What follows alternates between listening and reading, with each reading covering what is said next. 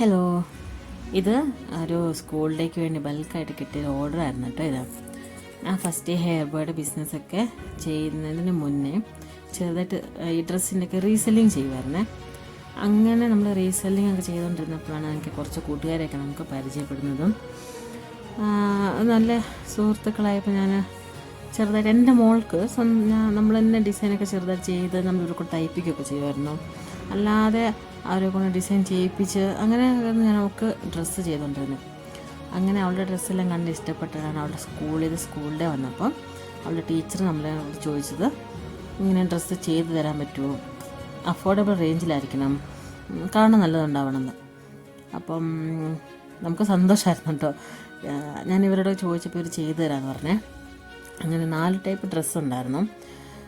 ഞാൻ അവരെ കൊണ്ട് സ്റ്റിച്ചെല്ലാം ചെയ്യിപ്പിച്ച് ചെറിയൊരു അല്ലറ ചില്ലറ പണിയൊക്കെ നമ്മളും അതിനകത്ത് ചെറിയൊരു മിനുക്ക് പണിയൊക്കെ ചെയ്ത് അത് നല്ല ഒരു ബൾക്ക് ഓർഡർ തന്നെയായിരുന്നു ചെയ്ത് നമുക്ക് അവർക്ക് കൊടുക്കുമ്പം നമുക്ക് നല്ലൊരു സന്തോഷമായിരുന്നു കേട്ടോ.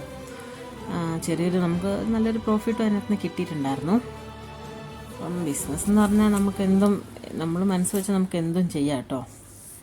അങ്ങനെ എനിക്ക് കിട്ടിയ വർക്കായിരുന്നു ഇതൊരു ബൾക്ക് ഓർഡർ. കുറേ ആയി ഇത്. അതിനുശേഷമാണ് നമ്മൾ ഇതിൻ്റെ കാശെല്ലാം വെച്ചിട്ടാണ് ഞാനിപ്പോൾ ഹെയർ ബേർഡ് ബിസിനസ് തുടങ്ങിയിരിക്കുന്നത്. അപ്പോൾ എല്ലാവരും ഞാൻ സപ്പോർട്ട് ചെയ്യണം കേട്ടോ. വീഡിയോസൊക്കെ ഒന്ന് ഷെയർ ചെയ്ത് സപ്പോർട്ട് ചെയ്യണേ. ஒரு பொண்ணு எது செய்யலாம்னு 5 இருக்கு, இதை செய்யக்கூடாதுன்னு 50 இருக்கு.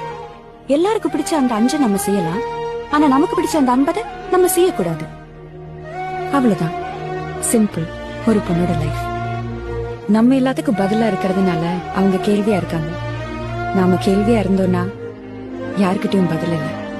எல்லாருக்காகவும் வாழறது ஒரு பொண்ணுக்கு இயல்பான குணம்தான். ஆனா உனக்காக கொஞ்ச நேரம் ஒதுக்கு. உனக்குன்னு ஒரு ஐடென்டிட்டி வேணும்.